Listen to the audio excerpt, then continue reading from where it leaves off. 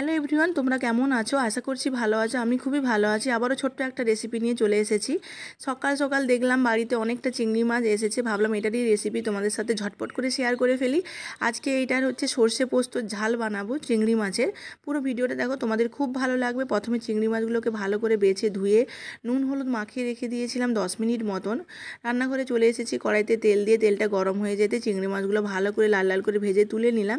আর আগে থেকে আমি পেঁয়াজ বেটে রেখেছিলাম, পেঁয়াজ বাটা টমেটো কুচিটা তেলের মধ্যে দিয়ে 2 মিনিট নাড়িয়ে চাড়িয়ে নেওয়ার পরে একটু লবণ, স্বাদ মতন লবণটা দিয়ে দিলাম, 1 চামচ মতন হলুদের গুঁড়ো, 2 চামচ মতন লঙ্কার গুঁড়ো দিয়ে একটু জল দিয়ে মশলাটা কষিয়ে নিলাম। তারপরে দিয়ে দিলাম 2 চামচ মতন সর্ষের গুঁড়ো দিয়ে ভালো করে মশলাটা কষিয়ে নিতে হবে।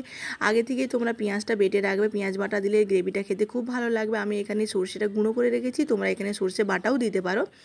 ভালো করে মশলাটা কষিয়ে নেওয়ার পরে একটু পরিমাণ মতন জল দিয়ে গ্রেভিটা রেডি করে নিচ্ছি। পেঁয়াজ বাটাটা দিলে গ্রেভিটা খুব ভালো হয়, তাই তোমরা চেষ্টা করবে এখানে পেঁয়াজটা বেটে দেওয়ার চেষ্টা করবে। আর পোস্তটা অবশ্যই বেটে রেখে দেবে, পোস্ত সবার শেষে দিতে হবে, তবেই খেতে ভালো লাগবে।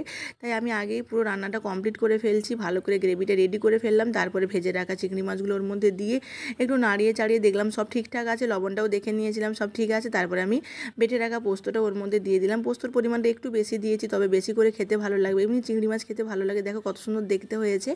একটু ফুটিয়ে নাড়িয়ে চাড়িয়ে নিলেই রেডি হয়ে গেল চিংড়ি মাছের সর্ষে পোস্ত বাটা ঝাল। দুর্দান্ত হয়েছিল খেতে, অবশ্যই তোমরা ট্রাই